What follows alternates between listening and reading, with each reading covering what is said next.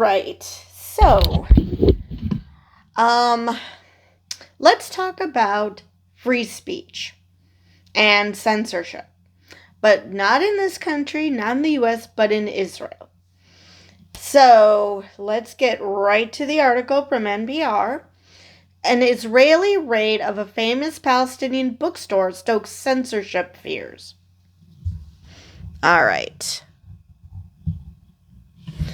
For Mahmoud and Murad Muna, East Jerusalem's educational bookshop is the backdrop of many of their earliest memories.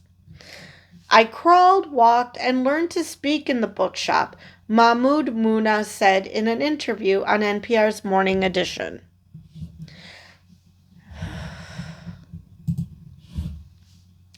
The educational workshop is a family business. Mahmoud manages one of the store's locations. The other store, located right across the street, is run by his nephew, Ahmad Muna. So on Sunday, when Mahmoud's 10-year-old daughter wanted to do her homework and help around the store, Mahmoud was excited. I was very pleased because this is, in a way, integrating her in the life of the bookshop, he said. So I said yes, and unfortunately it was a bad choice. That same day, the Israeli police raided the store, confiscated books, and arrested Mahmoud. Police also went to the other store and arrested Ahmad. A statement from the Israeli police said the two men were suspected of selling books containing incitement and support for terrorism at bookstores in Jerusalem. I don't think it has anything to do with the fact that you let a 10-year-old into the bookstore. The statement also said that detectives encountered numerous books containing insightful material with nationalist Palestinian themes, including a children's coloring book titled From the Jordan to the Sea. Police added that they will continue its efforts to thwart incitement and support for terrorism, as well as apprehend those involved in offenses that threaten the security of Israel's citizens. Mahmoud Muna told NPR's Leila Fadal that the police took any book with a Palestinian flag on it. They were also looking for books that mentioned the word occupation or had any kind of map on it. Right, because, that is a sweeping generalization and, not actually caring about facts. I mean, occupation, if a book mentions that someone has an occupation of, that would get that book banned. I mean, it's ridiculous. And a Palestinian flag? Okay. Way to assume that Palestine and terrorist are synonymous, because why else would that be a bother? And any kind of map on it? So we're going to confiscate atlases now? It's just ridiculous. Mahmoud said the bookstores have a wide-ranging collection of books from all over the world and do not cater to a specific viewpoint or ideology. We have books that present the Palestinian story, sure, Mahmoud said. We also have books that present part of the Israeli story as well. This is not my personal wish list of a library. This is a bookstore that presents different voices along different political lines for different readerships to read and learn things that they did not know. So, a bookstore.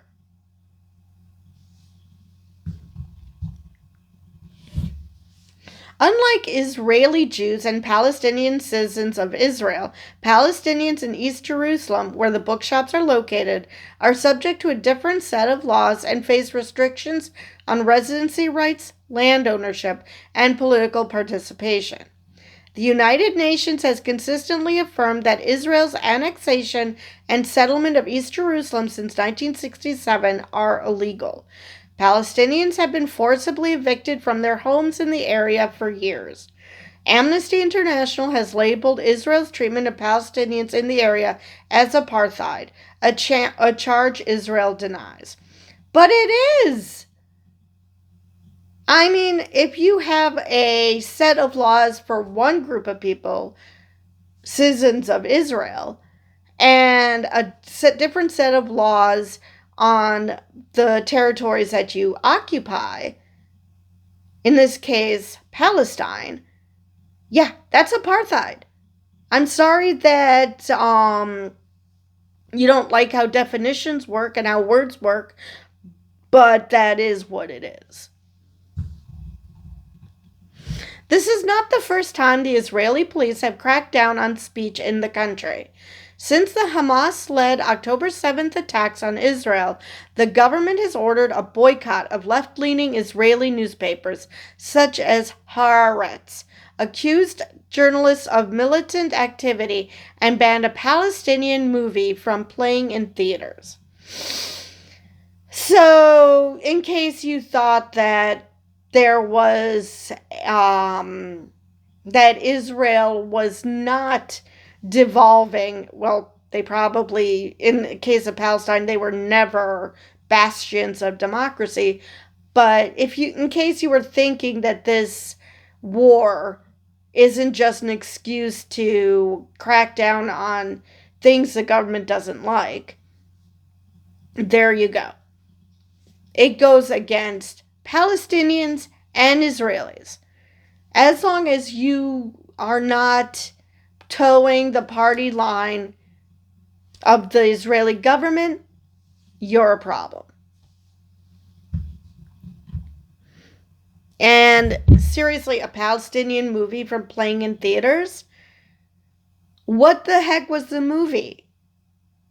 I mean, I could understand if it was a problematic movie, but I've got the sneaky suspicion that it just happened to be a regular movie that just happened to be made by Palestinians, and we can't have that. Now, can we? But arresting bookstore owners was a line that Murad Muna never thought the police would cross. Really? They're boycotting certain newspapers and TV stations, but you didn't think that a bookstore was going to be attacked? Yeah, okay. Even in our dreams, we didn't think it would happen, Murad said. The Israelis always said that we are the best, the only democracy in the Middle East. We have freedom of speech, so we believe in that until that day. We don't believe it anymore. Again, were you not paying attention to all the other crackdowns? Why are you surprised that this is happening? The police raid occurred on Sunday afternoon, according to Mahmoud. He said about 7 detectives showed up with a warrant saying that he had a right to search the store for materials that could incite violence. I asked the question on what is the criteria to decide if something is inciting or not, and they said that they know their job, Mahmoud said. Great. Then you should have, if you have nothing to hide, you should have no problem explaining things. Mahmoud said the officers took books by Noam Chomsky, a Jewish author who has criticized Israel in the past, along with any book that said the word Palestine on it, including a book about mountain climbing in the region. Are you fucking kidding me? Noam Chomsky? Simply because he doesn't think that Israel is the best thing that's ever happened and could never do anything wrong ever? I actually had a commenter accuse me of being a Hamas supporter simply because I recognize that Islamophobia exists. Or, actually, I wasn't sure because on that video, it was about how an actor used transphobia to combat anti-Semitism. So it wasn't even about Palestine. I just don't understand where I became a Hamas supporter in this dipshit's eyes. Anyway, but that's what I mean about just looking for certain words. Actually, I've mentioned this plenty before, especially when it comes to free speech. When you put filters on websites, or, when libraries use filters to filter out certain words, this is where the problem comes. It will filter out words that, out of the context that people were thinking of, is just ridiculous. Like, okay, this is a book on Palestine, but it's a travel guide. Okay, how is that problematic again? So, anyway, after collecting books from both stores, the officers arrested the two men. The two spent about 48 hours in prison. Mahmoud described the conditions as inhuman and unprofessional, saying he was shoved and kicked by prison guards and police inside the Russian compound where he was held. There is something so right about it being called the Russian compound. Oh, Lord. And think about this. They're just bookstore owners. They aren't themselves terrorists, even if they accidentally had material that promoted terrorism. That doesn't make them terrorists. That just means that they're bookshop owners, and sometimes problematic things get put on the shelf. Not worth getting the shit beaten out of you.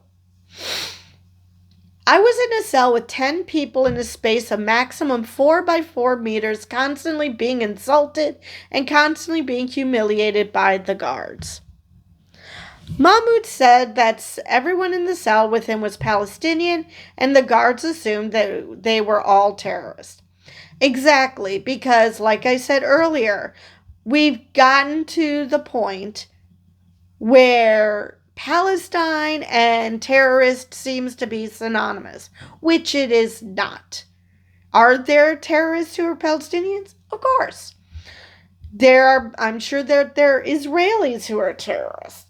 There are, hell, we have domestic terrorism in this country, in the U.S. So you cannot just assume that just because a person was born in a certain country that they're automatically terrorists. That's not how this works. But if you want to continue creating terrorists, which apparently these shit gibbons want to do, then yes, by all means, attack Palestinians unfairly and make them hate you. Because that's not going to create terrorists. No. Making people hate you and putting them in a position where they have nothing to lose. No, that couldn't possibly create terrorists. No, not at all. In all places, you are innocent until proven guilty, Mahmoud said. The condition I was in, I was immediately assumed guilty.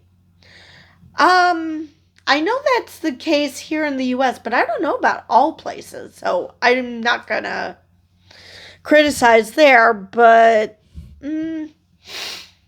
still. Israeli police did not respond to an NPR request for comment on the conditions of Mahmoud's detention. Of course not. Both Mahmoud and Ahmad were released on bail but remain under house arrest for 5 days and are banned from their stores for 2 weeks after that. Oh yeah, that's not going to hurt their livelihoods at all. Mahmoud said most of the books were also returned to the shops, but a few were kept by the police. He suspects they may still be building a case against him. Both bookstores are open. Murad, who is managing the bookstores, while Mahmoud and Ahmad are on house arrest, said that they have been overcrowded with visitors since the arrests. So, okay, let me get this straight. Not only are you potentially creating more terrorists by treating Palestinians like absolute crap, you also brought more business to them. So let's say that all they had in their bookstores were terrorist related stuff, and that they were as horrible as you seem to think that they are. You just, created more of an appetite for that type of material. So you didn't do your cause. Actually, in no way did you do your cause any good. But the fact is, these guys are just running a bookstore, and all you did was ensure that they make money. Which, at the end of the day, is good. But at the same time, you shouldn't have to go through this shit in order to become popular. Yesterday, we got a customer who came specifically from Tel Aviv to say he is ashamed of his country and what they did, Murad said. The outpouring of support has meant a lot to the Munas, but Mahmoud is worried about what this means for cultural institutions in East Jerusalem and beyond. I'm sorry, what bubble do you live in that you didn't think that this was going to affect you, is what I'd like to know. Mahmoud believes that the raid on the educational bookshop is just another step in Israel's mission to censor Palestinian voices. Not just Palestinian voices, but anyone who is against the government. Because as you can see, they had a problem with Noam Chomsky simply because he voiced opposition to the Israeli government. Like I said, there are Israelis out there. I had a commenter on one of my videos who was just like this, who feel that unless you 100% agree with everything Israel does at every moment of history, unless you agree 100% all the time, you are anti-Israel and you must be anti-Semitic and pro-Hamas.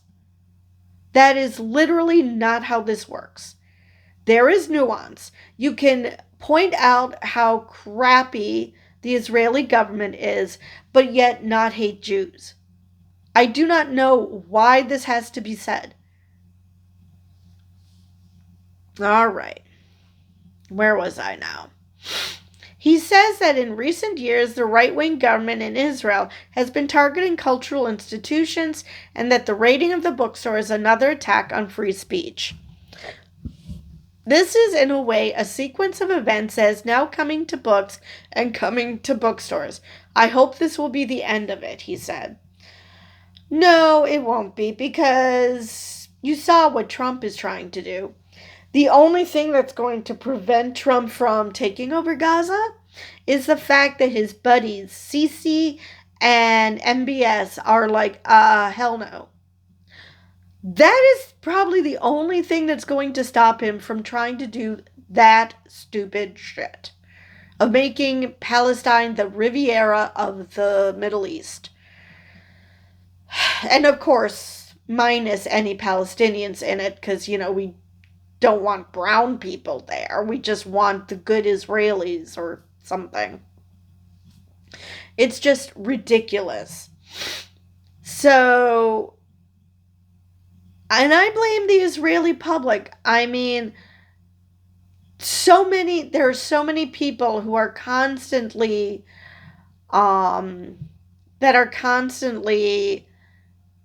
fighting this administration. And you're like, why is it that people keep voting this dipshit in? I mean, how many times did you have to try to get a working government? And each time it ended up with Netanyahu as the prime minister. Seriously, how is it that we will go from protests in the streets constantly under Netanyahu's leadership, and yet we can't seem to get rid of him. This, to me, makes no sense. Anyway, so that is all I have for this article. And with that, I will see you guys in the next video.